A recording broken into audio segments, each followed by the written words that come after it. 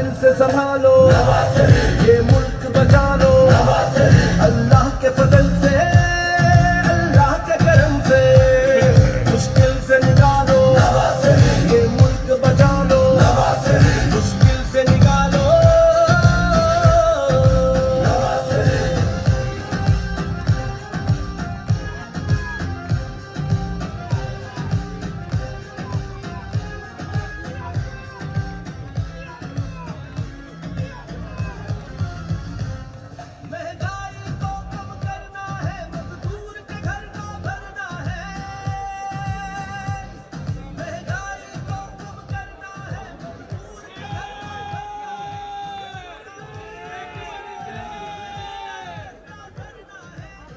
بسم اللہ الرحمن الرحیم. محترم خواجہ محمد آصف صاحب، جناب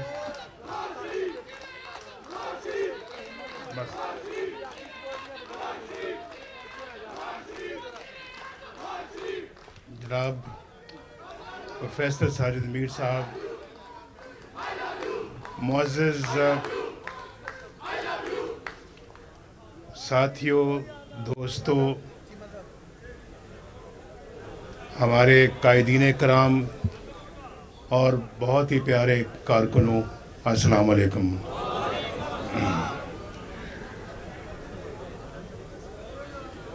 اس گھر سے ماشاءاللہ بڑی خوبصورت یادیں وابستہ ہیں،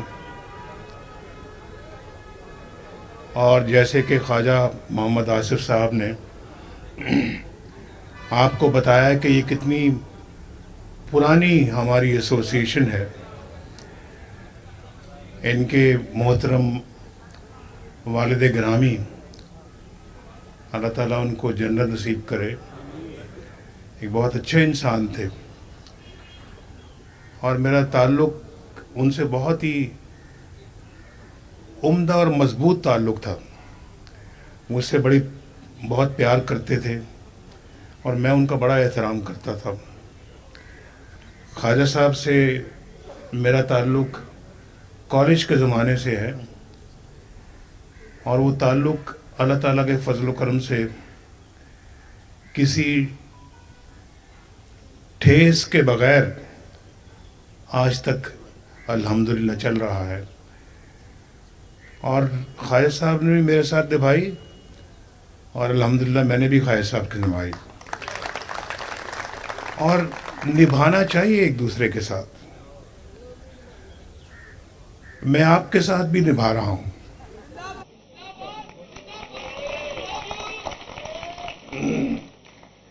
اپنی قوم کے ساتھ بھی نبھا رہا ہوں، اور بہت مشکل وقت دیکھے، اقتدار بھی دیکھا اور اختلاف بھی دیکھا. اقتدار میں بھی رہے، حزب اختلاف میں بھی رہے، اور دونوں برابر برابر چلتے رہے. اگر آپ میری وزارت عظمیٰ کے سال گنیں، اور اس کے مقابلے میں اگر آپ میری جیلوں کے اور ملک بدری کے اور مقدمات کے وہ سال گنے، تو شاید میری ملک بدری اور میرے جیلوں میں اور مقدمے بھگتنے کی مدت زیادہ لمبی ہے. لیکن ہمت میں نے نہیں ہاری. نہ 1993 میں ہاری، نہ 1999 میں ہاری، نہ 2017 میں ہاری. اور 2017 سے آج تک مسلسل جو میرے خلاف یا ہماری پارٹی کے خلاف جو سلسلہ چلتا رہا ہے سزاؤں کا، وہ کچھ ہی دیر پہلے ختم ہوا ہے. اور بلا وجہ، یا تو وہ نا کوئی وجہ ہو تو پھر تو ٹھیک ہے، بلا وجہ وہ مجھے بھی سمجھ نہیں آتی کہ وجہ کیا ہے. 1993 میں وجہ کیا تھی؟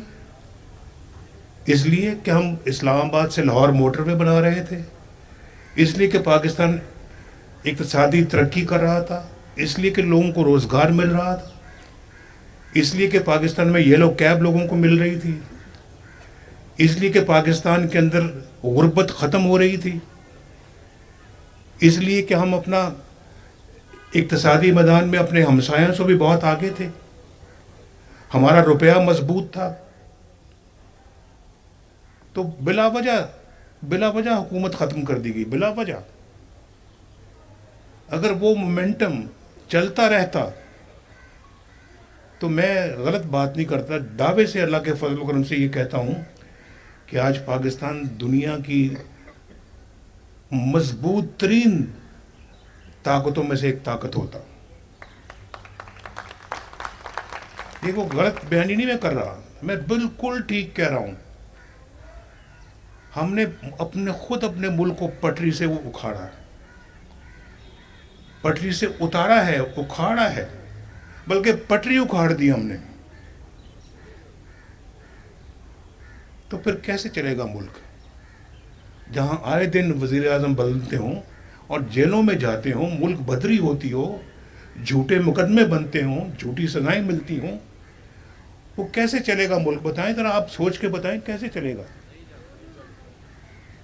بھائی ایک گھر نہیں چلتا، یہاں سیالکوٹ کے لوگ بیٹھے ہیں، ایک فیکٹری نہیں چلتی بھائی، ایک ادارہ نہیں چلتا، تو ملک کیسے چلے گا؟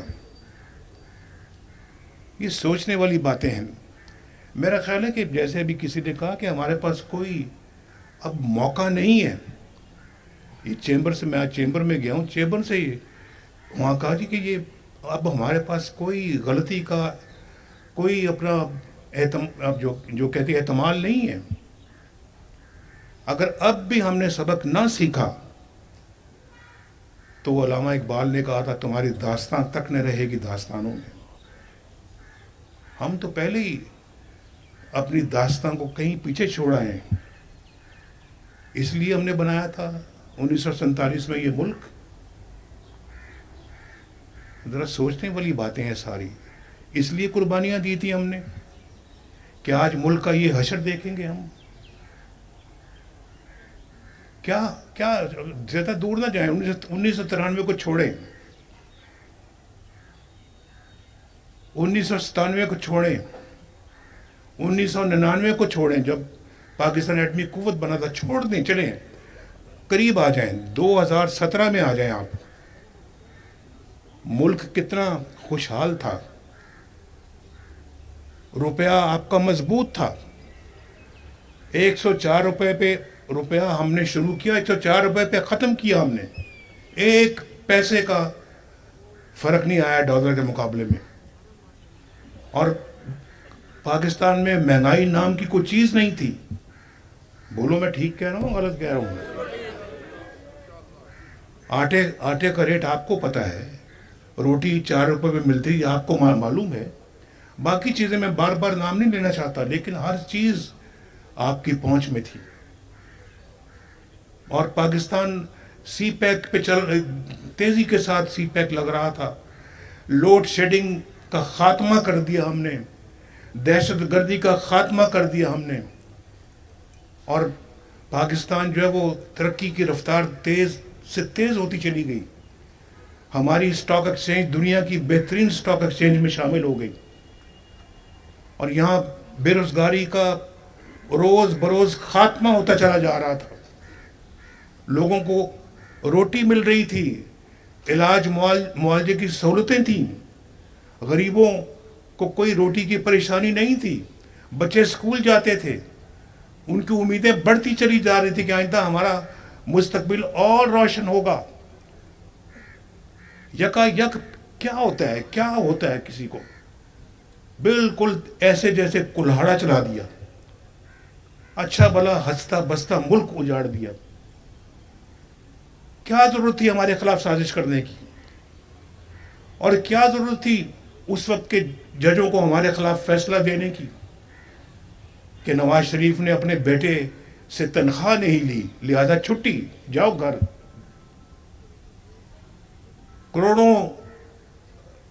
کروڑوں انسانوں کے نمائندے کو، وزیر اعظم کو 5 بندوں نے اٹھا کے وہ پھینکا. یہ ایسا کہاں ہوتا ہے یار، دنیا میں کہاں ہوتا ہے ایسے؟ پھر ہم پوچھتے ہیں ہم کیوں پیچھے رہ گئے ہیں، ہماری کیا وجہ ہے کہ ہم دنیا کے پست ترین ممالک میں ہم شامل ہیں آج؟ کوئی بھی آپ گراف اٹھا کے دیکھ لیں، کسی لحاظ سے، کسی بھی لحاظ سے، ترقی کے لحاظ سے، خوشحالی کے لحاظ سے، قانون کے لحاظ سے، اور پھر کرائم ریٹ کے لحاظ سے، اور بھی بہت ساری باتوں کے لحاظ سے آپ دیکھیں، ہم فہرست میں سب سے نیچے پاکستان کا نام آتا ہے۔ یہ اتنا خوبصورت ملک ہے کہ ہم اس کو اپنا جنت بنا سکتے تھے، جنت۔ اتنا یہاں لوگوں کے اندر ایک ماشاء اللہ ہنر ہے کہ میں بیان نہیں کر سکتا۔ اب یہ شہر دیکھ لیں آپ، یہ شہر سیالکوٹ، جس سے مجھے بے پناہ محبت ہے، اس شہر کے اندر اتنا پوٹینشل ہے ترقی کا کہ یہ اللہ کے فضل و کرم سے دنیا کے ایک بہترین ترقی یافتہ شہر بن سکتا ہے، اپنے پاکستان ملک کو یہ بہت ترقی یافتہ بنا سکتا ہے۔ اتنا یہ ہمارے اندر پوٹینشل ہے، لیکن ہم نے کبھی کلہاڑا چلاتے وقت ان چیزوں کو نہیں دیکھا کہ کون کیا کر رہا ہے، اور اس کے بعد ہمیں تو آپ نکالتے ہو بغیر کسی وجہ کے، نکالتے ہو، آنکھیں بند کر لیتے ہو ہمیں نکالتے وقت، پھر لاتے کس کو لائے نواز شریف کی جگہ پر؟ آر ٹی ایس کو کیوں بند کیا؟ الیکشنوں میں ہیرا پھیری کیوں کی؟ ہمارے ڈبوں سے ووٹ نکال کے کسی اور کے ڈبے میں کیوں ڈالے؟ اور ایسے بندے کو لے آتے ہیں جس کو سوائے گالی کے اور کچھ کرنا ہی نہیں آتا، جب بھی بولتا ہے تو گالیاں دیتا ہے۔ اب میں کیا کسی کی بات کروں، مجھے بہت، یعنی کہ میں سمجھتا ہوں کہ ہمارے معاشرے کو، کلچر کو تباہ و برباد کیا۔ ہماری قوم تو ایسی نہیں تھی، بڑی اچھی قوم تھی ہماری۔ آج اس کی اصلاح کی طرف ہم سارا وقت یہ سوچتے رہتے ہیں کہ ہم اپنی قوم کی اصلاح کیسے کریں ہم، اور جو ملک کا حل ہو گیا ہے، مجھ جیسا بندہ 10 دفعہ سوچتا ہے کہ اپنے ملک کو کس طرح سے دوبارہ ڈگر پہ لے کے آئے۔ ہم بار بار غلطیاں کرنے کے جو ہے وہ نہیں، ٹھیک ہے، ذرا خاموشی اختیار کریں۔ ہم بار بار غلطیاں کرنے کے متحمل نہیں ہو سکتے، لیکن اب سن لیں میری بات، میں بہت کچھ ہے، میرا دماغ بھی ان باتوں سے بھرا ہوا ہے، دل بھی بھرا ہوا ہے، دل زخمی ہونے کے ساتھ ساتھ جو ہے وہ اس میں افسوس بھی اس بات کا ہے کہ ہم کیا بننے جا رہے تھے اور کیا آج بن گئے ہیں۔ لیکن میں آپ کو یہ بتا رہا ہوں کہ جو کچھ نقصان ہو گیا ہے وہ بہت بھاری نقصان ہو گیا ہے، لیکن اس نقصان کو ریپیئر کرنا یہ بھی آپ کی اور میری، ہم سب کی ایک فرض اور ڈیوٹی ہے۔ اس کو ہر قیمت پہ ہم نے پورا کرنا ہے۔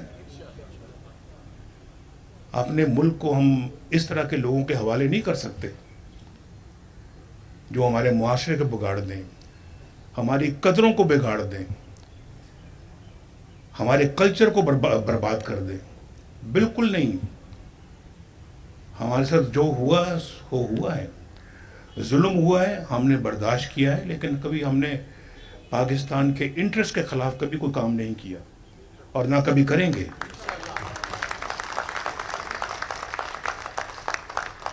یہ بڑا قیمتی ملک ہے بھائی، قیمتی، ہم نے برباد تو کیا لیکن بڑا قیمتی ملک تھا، یہ ہمارا بڑا قیمتی ملک ہے۔ ہم اس کو سمجھیں، اس بات کو سمجھیں، جو پچھلے 70 سال میں اپنے اس ملک کے ساتھ جو کیا ہے، اللہ نہ کرے کوئی بھی اپنے ملک، کسی بھی ملک کے ساتھ ایسا کرے، اور ہم خود اس کے ذمہ دار ہیں۔ خود ایسے بندوں کو لانے کے بھی ہم خود ذمہ دار، وہ آیا نہیں تھا، وہ لایا گیا تھا۔ لانے والے بھی اتنے ہی ذمہ دار ہیں جتنا وہ خود ذمہ دار ہیں۔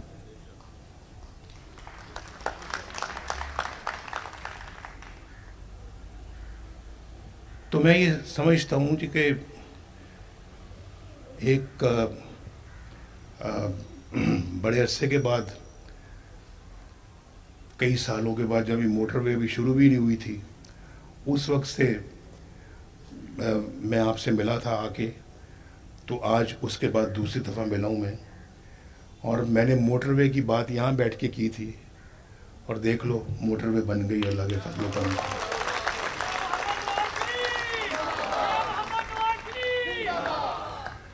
مجھے خوشی ہے آج میں پہلی دفعہ اس موٹر وے سے لاہور سے سیالکوٹ آیا ہوں،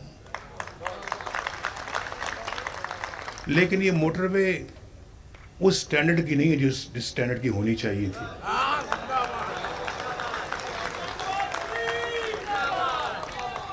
میں نے یہ بات خواجہ صاحب سے بھی کی ہے کہ مجھے توقع نہیں تھی کہ یہ موٹر وے اس طرح کی بنے گی۔ اگر میں سر پہ ہوتا تو میں اس موٹر وے کو اس طرح سے نہ بننے دیتا، اور آپ نے دیکھا ہے کہ کہیں موٹر وے نیچے جا رہی ہے، کہیں اوپر چڑھ رہی ہے، کہیں اترائی ہے، کہیں کھائی ہے، کہیں کچھ ہے، نہ کوئی ریسٹ ایریاز ہیں، نہ کسی جگہ کو باتھ روم ہے، نہ کوئی ریسٹورنٹ ہے۔ یہ تو اس کو تو لاہور اسلام آباد موٹر وے سے بھی ایک بہت بہتر موٹر وے ہونا چاہیے تھا، لیکن ٹھہر لیں، فکر نہ کریں،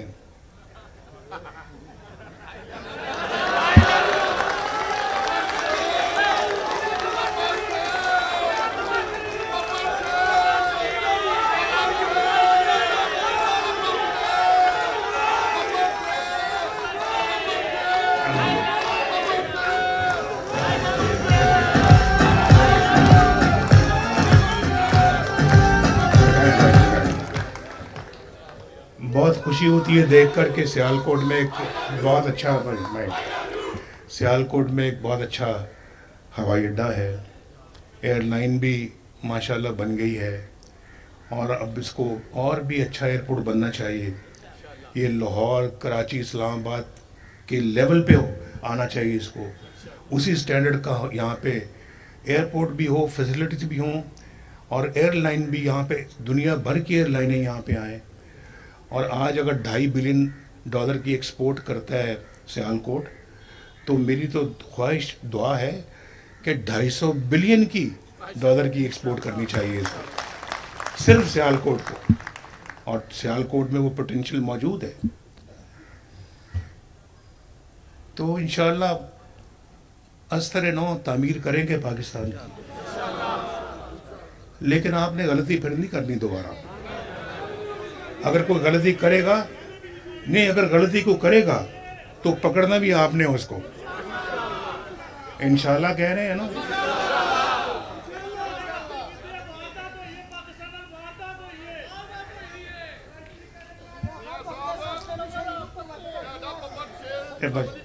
تھینک یو جی، بہت شکریہ، بہت شکریہ آپ کا جی۔ انشاءاللہ ابھی مجھے بڑی امید ہے کہ پھر الیکشنوں کے اندر آپ سے ملاقات ہوگی، الیکشن کیمپین میں انشاءاللہ پھر سیالکوٹ آؤں گا۔ اللہ حافظ۔